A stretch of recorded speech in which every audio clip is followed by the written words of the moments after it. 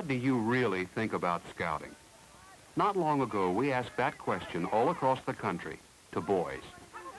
Some of the answers we got weren't too surprising. For instance, when we asked the boys what they thought was most fun about scouting, most of them said hiking and camping outdoors.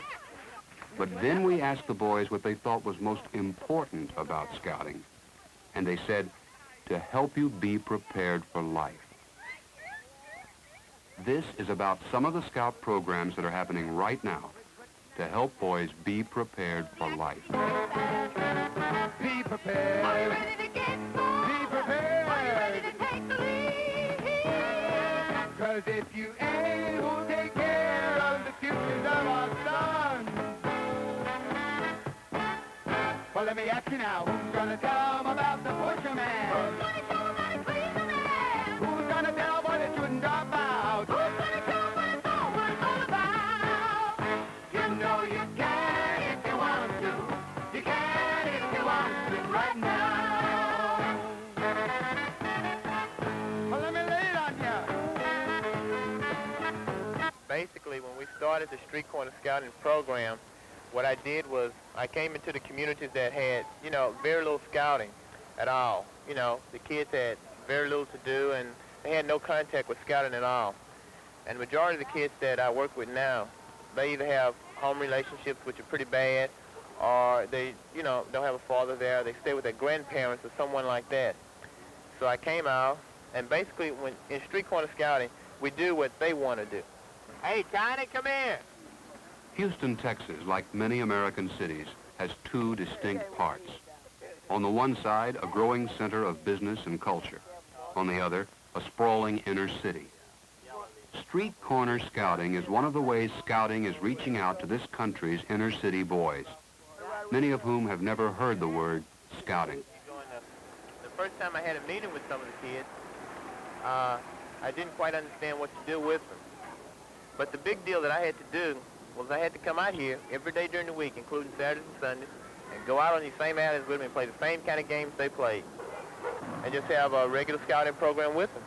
A big problem that everybody's going to have at Street Corner Scouting is controlling the kids and stopping some of the fights among themselves.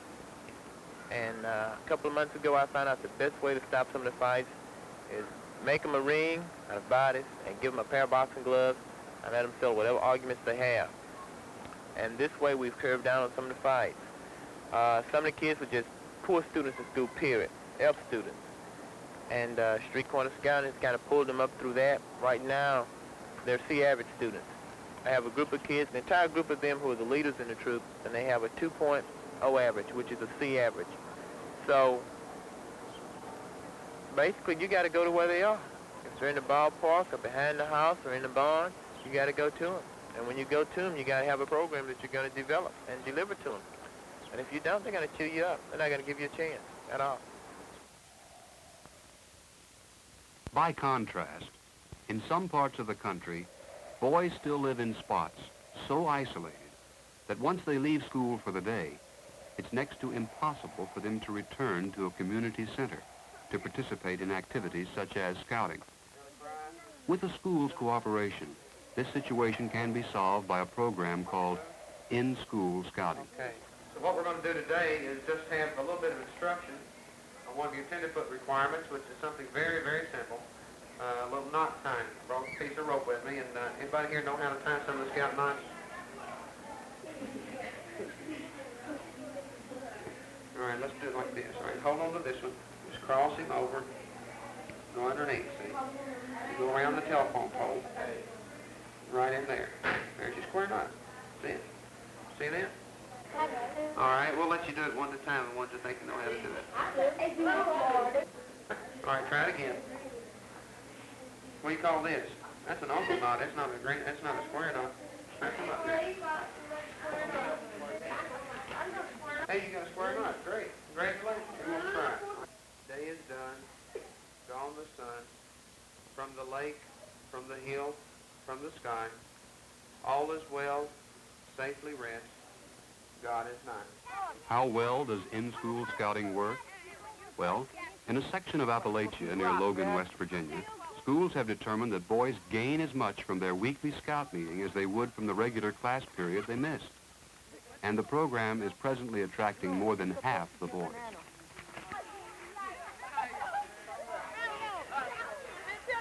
6 months ago, an executive from the El Camino District Boy Scouts came to my office and offered scouting to us as a program that would be needed here. And right away I said no to him, because in my own mind, scouting has always been a very middle-class organization, which is fine for some people and not for others, especially for people that live in this type of an area, which is a poverty area. Alma Rinden, who by the way is typical of the increased and important role women are playing in scouting, works in Ramona Gardens, a housing project in East Los Angeles. A close-knit community, perhaps 80% Chicano, Ramona Gardens had for years rejected scouting in favor of boys' groups of its own. Only when the community saw for itself that the principles and programs of scouting were readily adaptable to its adults and its children did scouting become very much a part of Ramona Gardens. The families here are just like families anywhere in the United States or around the world. They have dreams for themselves. They have dreams for their children.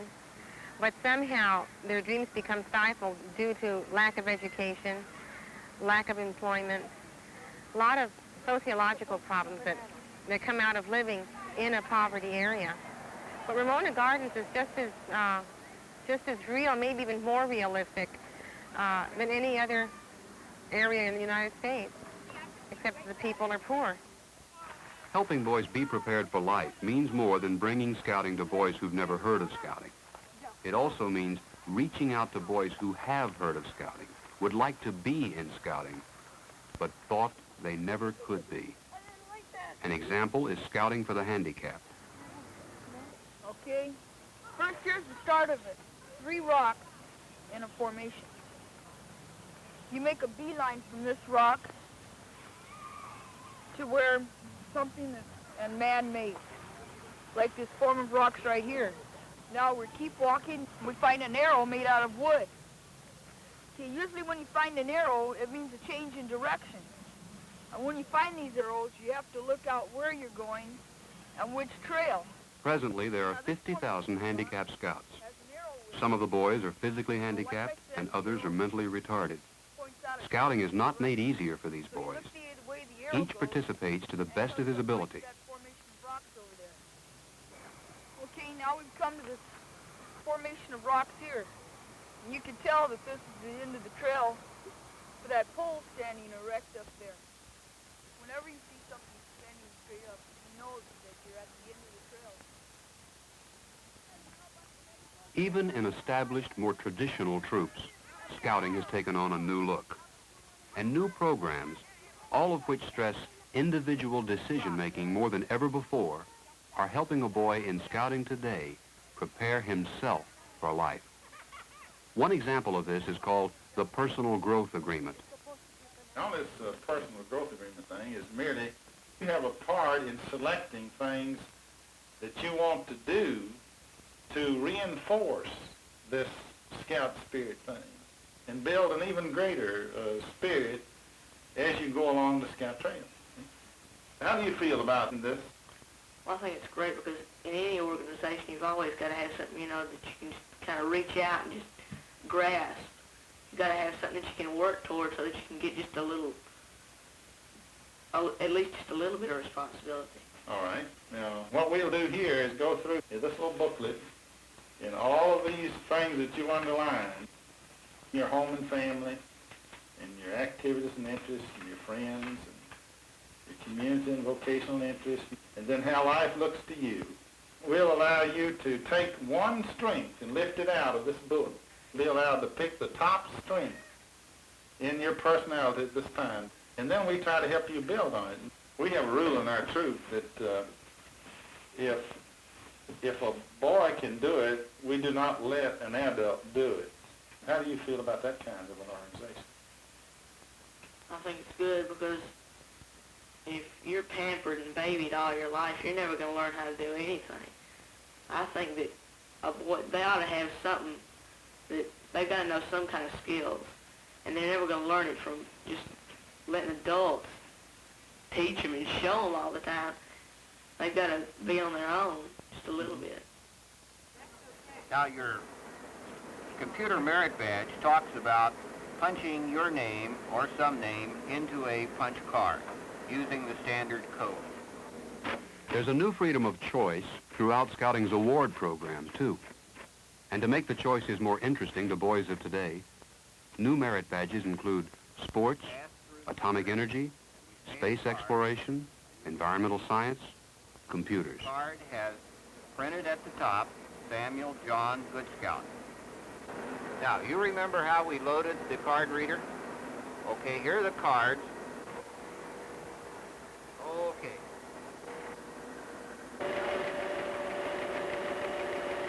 They aren't all down there yet. Here comes number 2 card. And this information has been transmitted onto magnetic tape and is being stored into the tape drive on the other side of the computer room. Now, we did all of this in order to print out a roster of the members in our troop. Let's push the start button and see what happens. There it goes.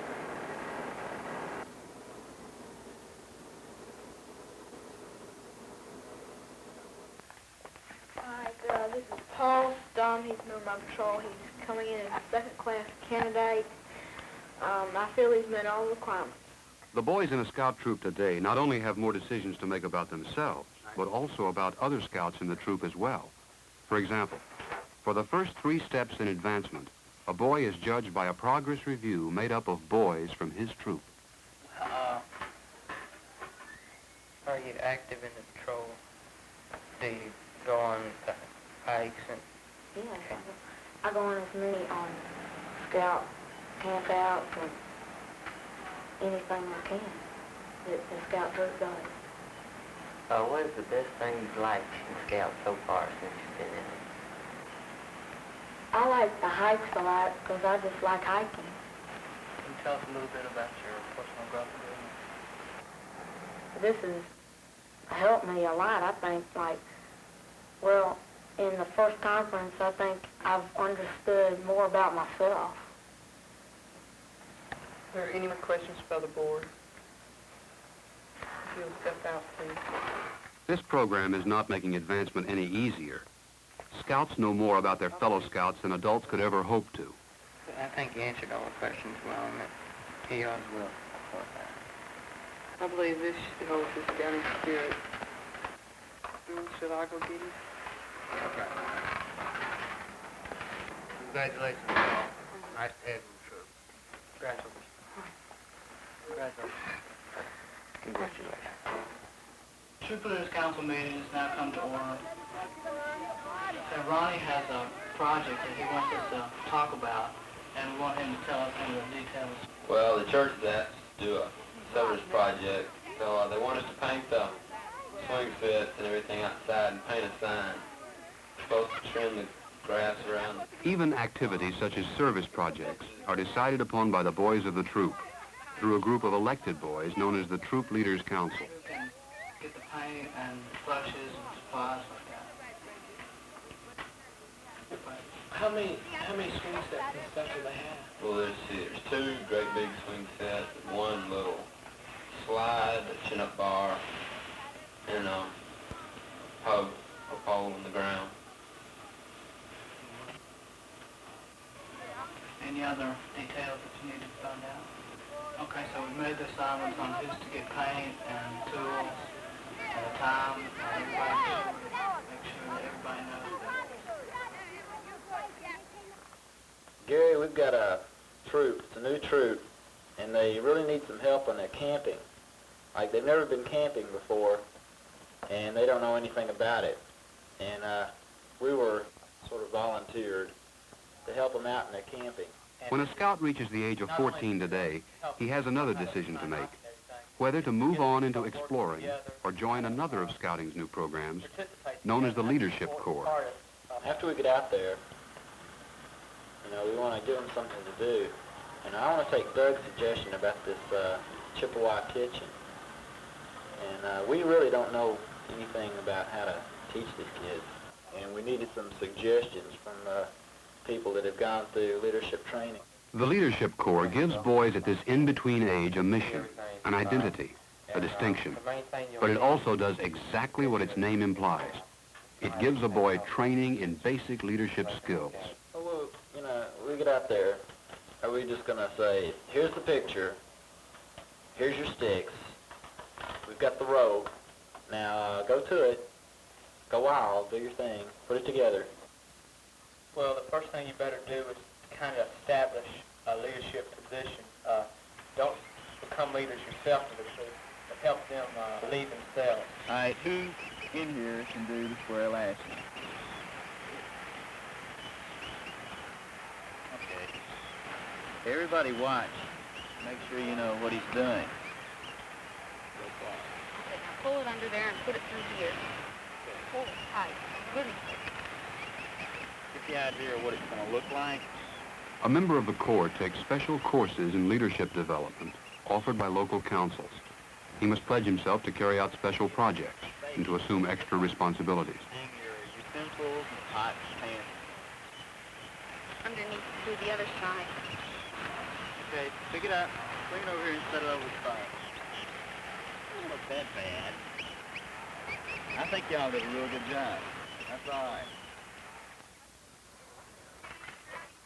Another good job being done by Scouts is a program known as Project SOAR, Save Our American Resources, a year-round program which culminates in an annual Keep America Beautiful Day, an event which every Scout troop in the nation is expected to take part in.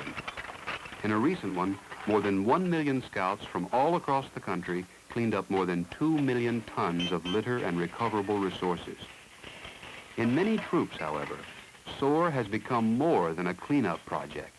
It's become an environmental education program, pointing out the causes and effects of pollution in the boys' very own backyards. As you know, Rock Creek starts up in the hills and mountains of Maryland, comes down through the city of Washington, all the way to the Potomac River. Now, right now, we're on this bridge, which is part of the horse trail, and we can see plenty of pollution right here. Okay, fellas, we've got our water sample. What do we see here? Both approaches are aimed at the same goal, to help make boys of scouting age more aware of the importance of America's natural resources now and in the future. Sewage in here, but if we took a bacteria count here, I'm absolutely certain we would find this filled with coliform bacteria, which is evident of sewage. You have seen a good reason why the Park Service has put these signs all over the park about no wading, no swimming, because they don't want you to be in that contaminated water. There's this friend, you know, of mine, and he rides home on the same bus as I do. And I went into the bathroom with him, and he pulled out, you know, some needles and hypos and stuff. And he says, cup your hands, you know, or get out of here. So I cupped my hands, and he turned on the water, and he put some in the hypo, and he was going to put it in his arm, and people kept walking in, and, you know, you just make it look like you're not checking, and then he won't do nothing to you. Was of course pleased to have the parents here today with you young men to visit with us, with you, and with us relative to Operation Reach. Des Moines, Middle America. Even here, boys are being affected by the modern-day epidemic known as drugs. One of Scouting's newest programs is designed to bring boys and their parents to grips with the problem and its causes. Its name is Operation Reach. Can you imagine any reasons that would come up in your life that would be so hard on you that you would ever want to get interested in drugs, that you would ever want to get involved in drugs? Friends. You just can't stand it. Call you chicken, all that, you know. They tell you to get out of here, do all that stuff, and it's not unless you take it. They don't plan to use drugs or they just try them once in a while, you know, just experiment and see what all they say is true or whether they find it false or not. And as they just experiment with them sometimes, you know, to see for themselves. Like you gotta know when to walk out on your friend if he's gonna take drugs and he offers you some. I think you ought to have enough sense to do what you want. Yeah, he's not classified as a real friend. I mean, Yeah, if he's gonna offer you drugs. You think then your parents have the right and responsibility to try and protect you from, Yeah, that's their job. Operation Reach wasn't designed to get boys just to talk about drugs. Its ultimate purpose is to help boys and young adults seek alternatives to drugs, what Scouting calls natural highs. Yeah. how about accomplishing things? Are there any things, like things that you are actively interested in or do that serve as a natural high outside of drugs? Yeah. Helping your dad in the yard. For every boy in Scouting today, there's another boy who'd like to be but can't. And the reason most of them can't is because no adult in the neighborhood thinks Scouting's worth the time. Now, what do you really think about Scouting? Scouting today is a lot more than you think.